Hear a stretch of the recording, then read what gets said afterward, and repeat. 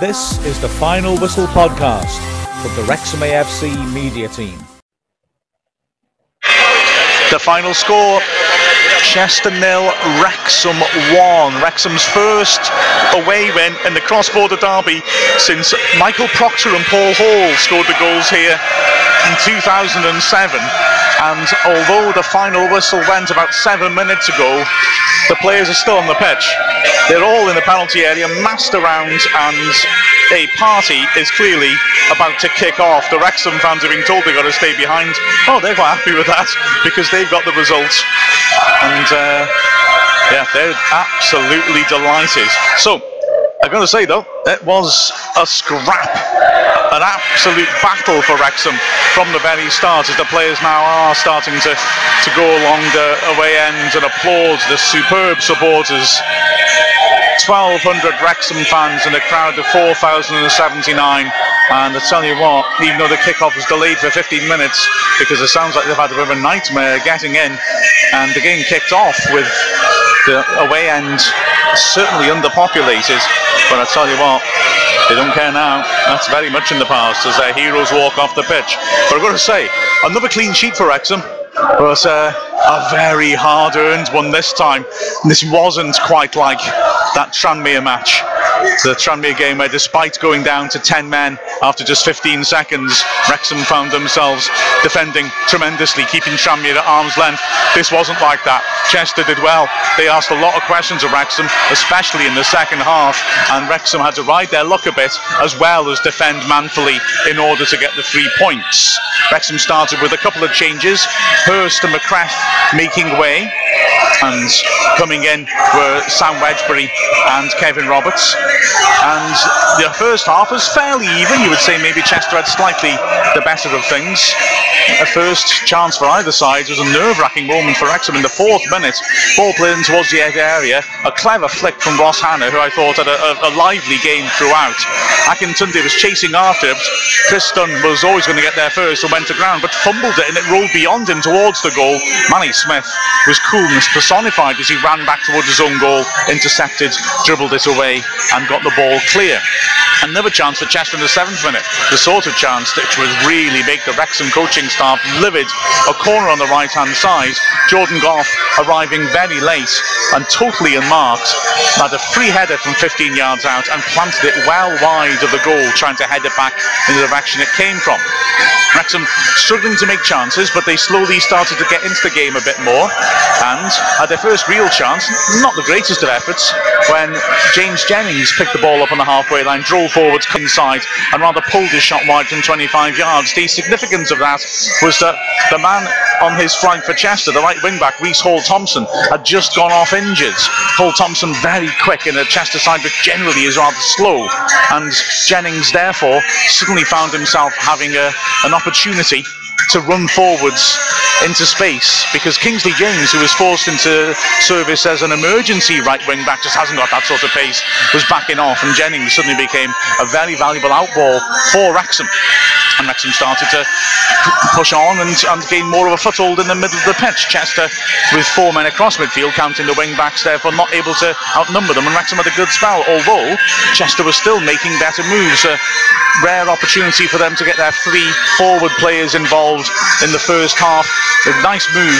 Firstly, Akintunde breaking through the centre, working it wide to Hanna on the right corner of the box. He swung a wonderful cross in, and 8 yards out, Archer rose and headed it just off target as he was aiming for the top right corner from about 10 yards out. Probably should have scored, in all honesty, and from our angle I thought he had when it left his head. A few minutes later, a shout for handball in the box from Chester. I think Wedgbury it was, a long throw in into the box. The ball struck against the Wrexham man. To me it looked like it did hit the hand, and it did look like the hand was raised roughly in front of the face, but it struck at him from about a yard away with power, and the referee, if he did see the handball, I think probably was right to decide that it wasn't intentional. However, Wrexham would have the final laugh at the end of the half. A free kick on the right-hand side. Good delivery by Marcus Kelly, swinging it in to the edge of the 6-yard box. Sean Pearson got up well, met it with a header, beat the keeper, and Pearson had the goal which gave Wrexham the lead. The second half, Wrexham came out and started brightly, 2 shots on goal in the first 2 minutes that maybe they should have done better with. Firstly, Masanka cutting in from the right corner of the box, really topping his shot after some nice approach play, dribbling apologetically into the goal mouth, didn't even have the strength to reach the keeper. But then Wrexham came straight back in, Akil Wright doing well to break through the lines, driving through the middle and driving in a shot which he didn't really get much direction on, the keeper able to hold it very comfortably. However, those opening 2 minutes were a false dawn, because after that Chester started to get on top of matters in an alarming fashion. Like I said, not like the Tranmere game. Wrexham here were having to cling on desperately. They weren't just keeping their shape in their own half, and Chester, with Akintunde dropping a bit deeper to give them that extra man in midfield, were causing problems. Wrexham weren't helped as well, and James Jennings had to go off injured, so that overlap on the left hand side went away. Carrington having to fit in as a right-footed left back instead, and all of a sudden that chance to break down the left was pretty much gone. Chester starting to create chances. The best one, a clever quick throw in by Goff to pick up the good movement of Hannah. He did really well to turn the ball back on the 45, and here was Dawson 15 yards out on his own. A glorious chance. He certainly struck it well, but he didn't get the direction right and smashed it against the left post, the ball ricocheting away before Dunn or anybody else could even react. That happened on the hour. 5 minutes later, Chester hit the woodwork again. This time a long ball forwards. Roberts' header just slightly misjudged, didn't have the distance it should have done. Picked out Akintunde on the left-hand side. He drove in, and from 25 yards hits a lovely shot with his right foot of great shape, curled over Dunn, but flicked the top of the crossbar as it went behind for a goal kick. At that point, it really looked like Chester knocking on the door. We're going to get an equaliser. But Wrexham did start to dig in, did start to improve defensively. Pearson and Smith in particular were massive. Roberts had a good game at right back as well, and Wrexham started to look a bit more comfortable. With 12 minutes left, there was a big shout for a penalty by Chester. A vicious ball ripped in from the left-hand side by Dawson to the far post. Kingsley James had got goal side of his man. They went down in a tangle. James claimed that he'd been rugby tackled to the floor. The referee just wasn't interested. Wrexham's only remaining chance of the half came in 9 minutes left. A Rutherford corner from the right-hand side. Sean Pearson was playing tick with his marker for quite a while beforehand. He managed to get goal side of him and rose about 10 yards out, but made a firm header, but much too straight. An easy catch for the keeper, and within a minute Chester were going back up the other end. A strange little incident where they made a substitution, bringing on a big target man, Harry White. He ran into the box, a long throw was half cleared, but when it was swung back inside again, White, 8 yards out, got in front of his man, and with his first touch of the match, well, had an opportunity to really write his name down in Chester folklore, but he just couldn't get on top of the header, and he planted it wide of the left post. And as the last 10 minutes went on, Wrexham, in a more familiar manner, did start to look a little bit more comfortable. Ryan Astles was thrown up front as a last desperate attempt by Chester to cause some problems. He had a sort of half chance 2 minutes into added time. The ball not long to him. He created the loose ball, Turnbull onto it, knocked it back in, but Astles was a bit off balance, 15 yards out, and desperately, knowing he had to try something, raised his foot and tried to hook it on. He never was going to really get it on target, and he wafted it wide to the left post. There was just an edgy moment right at the end of the 4 added minutes when Chester won a free kick in the centre circle. Memories suddenly came back of Ben Hennigan. Remember him? Maybe you don't want to. He 3 years ago scored an injury time winner here for Chester from a long ball in. Chester sent everybody forwards, and the ball was driven into the box, but the delivery was poor. Wrexham's defenders able to stand aside and let it skip behind for the goal kick. After Dunn eventually was ready and took the goal kick, cue riotous celebrations as the final whistle went, and Wrexham had their first away win for 10 years in the cross-border derby. And James, they had to fight awfully hard for it, didn't they? Let's be honest. Well, smash and grab at its best, I think, is the best way to describe it. First half, I think, was level. Obviously, we got the goal that counted. I think Chester had a couple of chances in the first half. You know, early doors done this one, and it was cleared off the line by Manny Smith. And then the shot that hit the post and then hit the bar, rode our luck, but that's the way we played all season, really. And we've built our points tally, I suppose, based on keeping that clean sheet, keeping the organisation. It's not always going to be pretty to watch. It's not the football that maybe fans want to watch sometimes. You want to see us dominating possession, creating chance after chance, but it's getting results. We're top. Yeah. Albeit for goal difference. I mean, if we get a striker that can start scoring goals and play alongside Holroyd, and maybe get a few more chances into him from that midfield, that defensive unit and the support by the midfield, we can go places this season. Absolutely, because they are strong and solid. I don't think it's quite like we've normally been this season, because they actually did carve out chances. I'm thinking of games we played away from home.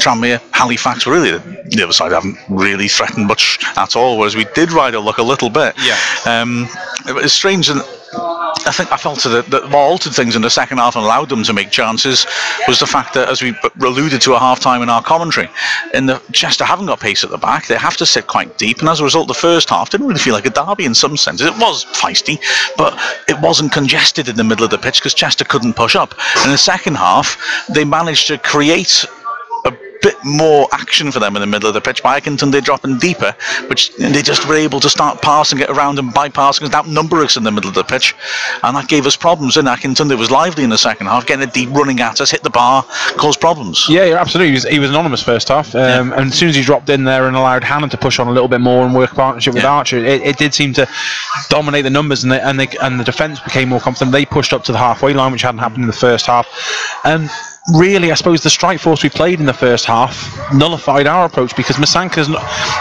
He's all about pace, isn't he? He's going to be running the channels and getting pace. And when they're sitting as deep as they did, he has got no distance to run into. He's got no channels to run into. Holroyd, we know, will play the way he does. He'll come deep for the ball. He'll drop out. He'll run the channels. He'll come short. He'll be all over the place. So it doesn't matter how they play it. And he got a little bit in the ball and never really didn't have as opportunities that he might have, but he was certainly a thorn in their side. So perhaps a target man or a Bowden type would have done us better, suited us better in that first half, and whilst ironically in the second half it completely changed. They played on, and the counter attack would have been ideal for us, and we sort of we almost swapped roles really. We almost played how Chester played in the first half. We adapted that, sit deep and let them come at us, and it was a strange one. And well, you're taking 3 points, you're taking a 1-0 win, you're taking a derby win every time, aren't you? It doesn't matter how it is. I just had a quick flick through Twitter as you go in there, and it's just like, well, we didn't play brilliantly, but who cares? It's 3 points. It's the one up on the local rivals. It's the you can go to work with a smile on your face, and the Chester fans can debate how well they played and what should have happened, what shouldn't happen. But there's only one thing that happened tonight, and that was 3 points that come home to us. Two things: I always go to work with a smile on my face, and I know no Chester fans. Anyway, sorry, different matter. That's just a lifestyle choice I've made. Holroyd, you mentioned. I mean, I thought he would look very lively in the first half and threatening, and then in the second half, because Chester had Accrington dropping off, he had to drop deeper and deeper, and as a result, I felt sorry for Masanka. He was really isolated because Holroyd had to drop deep, and he wasn't making the ball stick. That's why they put Bowden on instead of him. Bowden didn't have much to work with either, in all honesty. And it was interesting to see a bold substitution when we took Kelly off. He'd squandered 2 good chances on the break when he could have played a killer ball and put McGrath on, which you might see as a slight gamble to leave McGrath and Rutherford as your wide players. But actually, if it was smart, because McGrath I'm with you. I think it's a clever one, because driving them back, isn't McGrath is your attacking one with the pace that is ideal for the counter attack, and we did look to play, and Bowden set him out, and Rutherford is that workhorse player that is going to put the shift in. He will come forward because he's got an engine, but defensively, and when you're under the caution, you're going to face that. He's there constantly, and you don't get that necessarily with Kelly. I think Kelly had one of his poorer games for us. He wasn't as influential going forward as he has been in other games, and when he did drive forward, those 2 opportunities, you played the wrong ball both times. Now, you clamour for him to be in the midfield and be that creative man, and he really should have created an opportunity with one of those 2 balls. But I don't want to get too bad on him, because he is that attacking outlet. He is that that man we look to be our little spark, and we don't quite give him the time and space on the ball where we need to sometimes. And I think the first time maybe he's got not as much trust in Masanka to make the run, so he elects to play the slightly more difficult ball. I don't know. It's you don't know. Are the Chester defenders expecting that ball and he doesn't play it? So it's a clever ball. But I think that instant then was, like you said, he had the 2 strikers running ahead of him. Masanka was breaking down a left channel, and if he could have slid it in with the right pace, Masanka would have been running into the box in the left channel. Which is what you wanted to see. I sort of think. I think he was just looking up. He's a good head-up player, Kelly, and he's seen that Holroyd's making the run on the blind side, and he's thinking, but if I can nail the more difficult pass, then Holroyd is running into the box and the defence go across and Basanka's completely the marks, and if Holroyd gets there across, that's a goal. But the trouble is, the more difficult pass, I think he felt, right, I've got to hit this outside of my foot. I've got to try and arc this around the left-sided centre-back as Holroyd's running outside him, so it evades him but drops in Holroyd's path and dies, so Holroyd can get onto it. And he got it totally wrong and just gave it straight to the centre-back now. The Basanka pass is simpler, isn't it? Yeah, it is. But Kelly's just thinking, I can like the matador, I can drive the sword into that. I don't like bullfighting. I'm just how awful that I'm thinking of this image, but I can drive in the final sword, you know. And probably the wrong choice. And 2-0 would have killed it off and maybe relieved some of that pressure. But Chester had it was unfortunate. It was right at the time when Chester had that good 15 minutes of they really put a lot of pressure on. It was one that, and twice we managed to break up play, release Kelly. Kelly drove forward into a lot of space because Chester had been pushing forward, and it would have just, I think, seen off the game, and luckily we go on and do it anyway. So it's if but some maybes to a certain extent, but it's certainly worth discussing. It's we talk about maybe it's a striker we're missing, but and it's also been mentioned a creative midfielder. Where does that creative midfielder fit in? I think you've got Wedgbury and Wright do a job there, and Wright, he wasn't standout, neither was Wedgbury today, but they go about their business. Probably only got, if we're talking out of 10, maybe 6s, but they're solid 6s, if that makes any sense, because they do what you ask them to do. They're organised and they just nip in, make the tackle and lay it off to the wide players. But I think it's who you sacrifice where and where you come in, and we've clamoured for this creative style. We saw it against Leyton Orient and we know what happened. So do people need to maybe get a little bit more used to organised, disciplined football and trying to catch teams on the break, trying to score? Look at Cheltenham, they went up 2 years ago. How many 1-0s did they get? We're sort of emulating that to a certain extent. Yes, it'd be nice to have more attacking football to say, but if it gets us in the League Two, we'll take it. Yeah, we're taking it. And it must also be said that this is very much a work in progress. A chap who used to work in the Chester media team who came across to say hello to me before the match. I do have friends who are Chester fans, actually. I feel guilty, but I don't feel guilty what I said before. I feel proud. It was quite a good line. And I was saying to him, this feels like a squad Keats has put together and a setup Keats put together that makes me feel next season I really think we are serious title contenders. And yet, wouldn't it be lovely, this season it turns out we are anyway.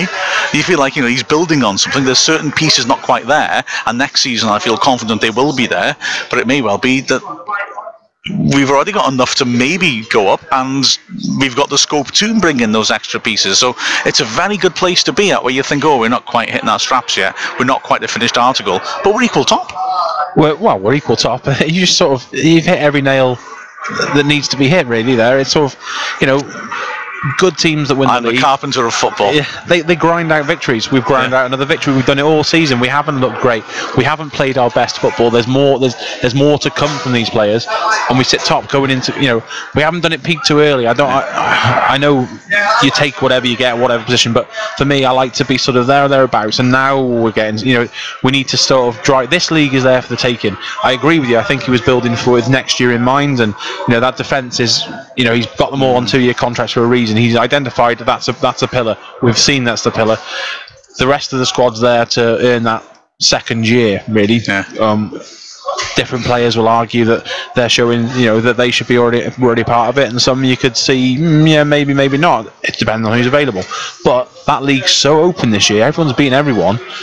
That is it to squander an opportunity if we don't perhaps go for it and take it now if it's there. We know Dean's been frugal with his budget. We know he's not wasted it. He's not dragged players in when other managers may have done so, and he's happy with what he's getting. I think publicly I think he might want more. He knows he's a football man. He knows that we need more goals and perhaps a little more creativity, but he also knows how to get results. He knows what he wants from his players, and they're delivering on that front. So, it's not always going to be pretty.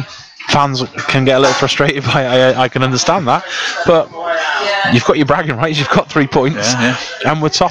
We're top. Look where we were 12 months ago. Grinding out these 1-0 wins. I've been thinking this all season. We are the National League Atletico Madrid.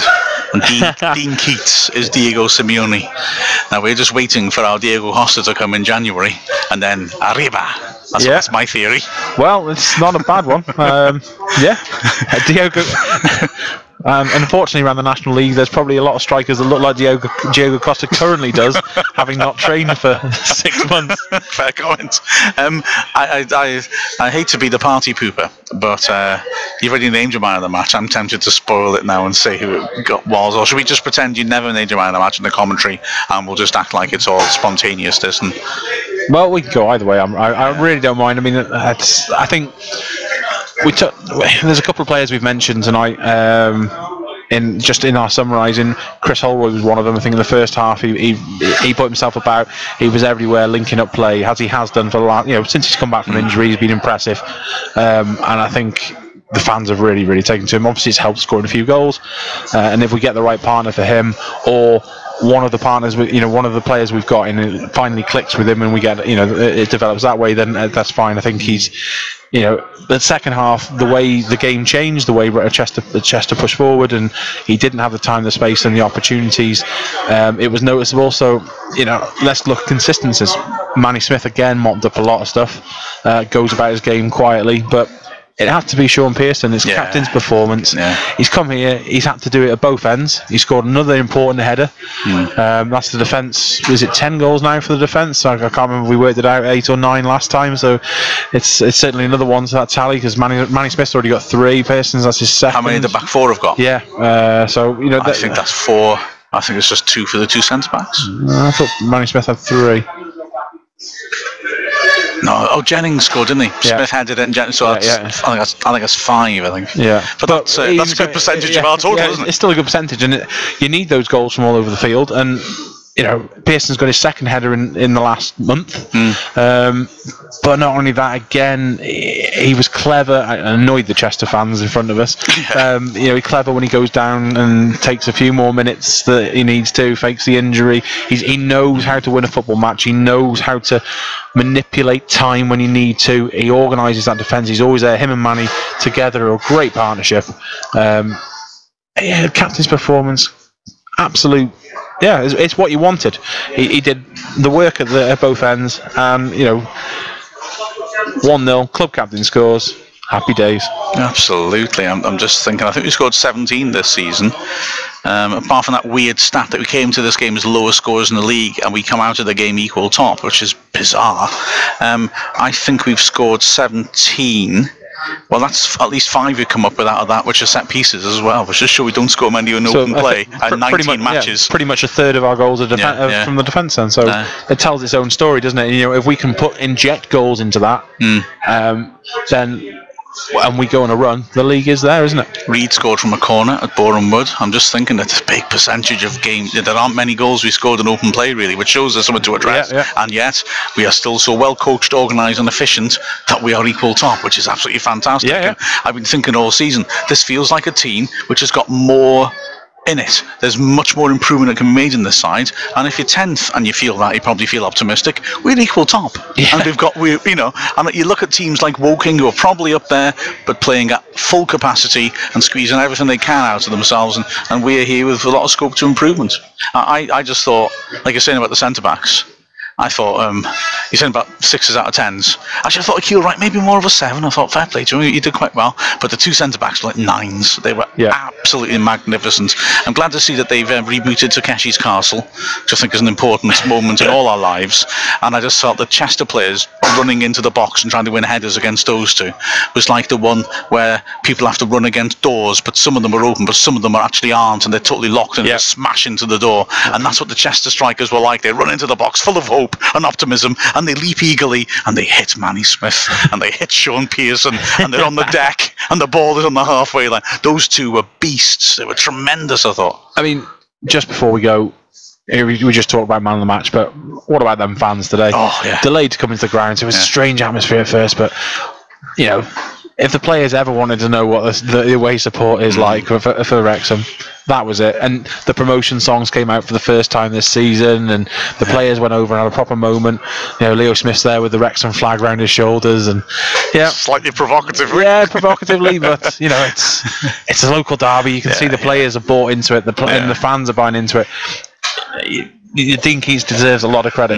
He doesn't always get it because the style of play can be frustrating, and there's a couple of things you see, but we're top, and you just got to keep going. That we're top. There's a good attitude, a good spirit. I think Keats will not tolerate people who do not respect that spirit, and I like the way he's got the togetherness with the players and the fans. He constantly references how important the fans are, and like I think it's really relevant. Like you said, Leo Smith there in the middle of it all celebrating. They didn't start to celebrate until everyone was out there. It was very clear that no, everyone's got to be there before they start to do anything.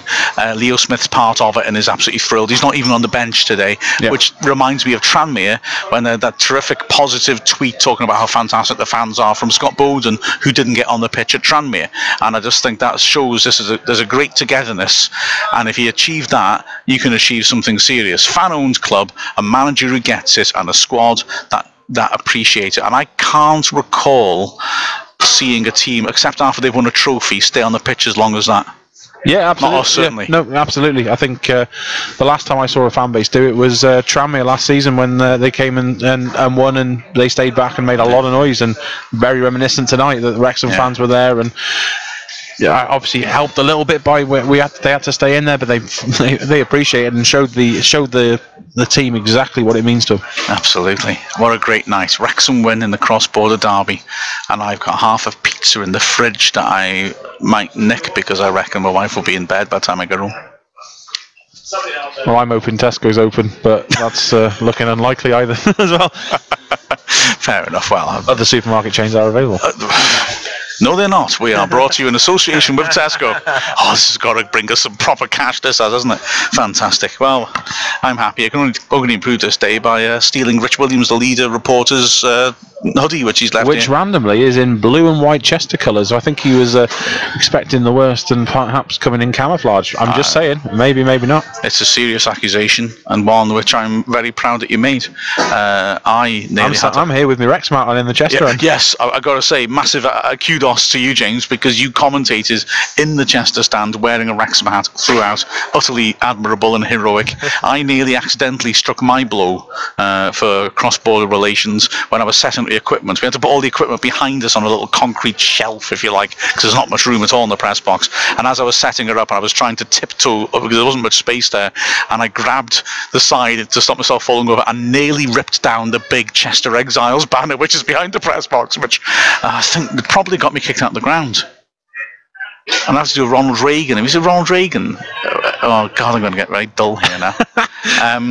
When Reagan, before he was an actor, did baseball commentaries, but there was a dispute of the baseball teams, and they wouldn't let the commentators into the ground, and so he would sit in a booth outside the ground. He'd be given a ticker-tape description of the match, and he would commentate without being able to see the game, with a bloke hitting two pieces of wood together to simulate a baseball being hit. And he would commentate despite not being able to see the game. And I might have had to do that from the car park. People would have semaphore across to me. Oh yeah, Wedgbury's got booked. Oh, that's true. Wedgbury got booked, and Wedgbury could have got more than a booking because he didn't. Yeah, I mean, in fairness, that challenge, it could have been a red card. Yeah, it could have been a turning point in the game. It was a turning point in the game because that's when Chester started to dominate. Whether it fired them up, I don't know, but yeah. Yeah, naughty, and I don't mean that in the sense of I don't bring back my memories of last season. No, but luckily Wedgbury stayed on the pitch this time, and. Very similar to the second yellow we got at Tranmere, that challenge, except he actually hit the guy this time. I mean, it could have been a red, that. We've mentioned some bad refereeing this season, and I think Chester fans will probably disagree with me, but I thought for a derby, he kept the cards in the pocket. Apart from the Arch one early doors, and I thought, here we go. That was very harsh. That was an Archer. I felt sorry for him. You know, I thought he refed it fairly well. Yeah. I think he did as well. Absolutely. Anyone who's going to look at the Sam Wedgbury red card tackle and give him a yellow, I think it's a brilliant exactly, ref. Yeah. Especially as you tell me he was the same ref who sent him off at Tranmere, isn't he? Yes, he was. Yeah. How ironic. He's probably thinking, oh God, I'm going to get into trouble here. Dean Keats slaughtered me at Prenton Park, and now it's going to happen again. Oh, you better go home, hadn't we? Not least to check if Tesco's open. Yeah, very true. And check on that pizza. The final score, Chester 0, Wrexham 1. We are Mark Griffiths and James Harrison. This is the Final Whistle podcast from the Wrexham AFC media team.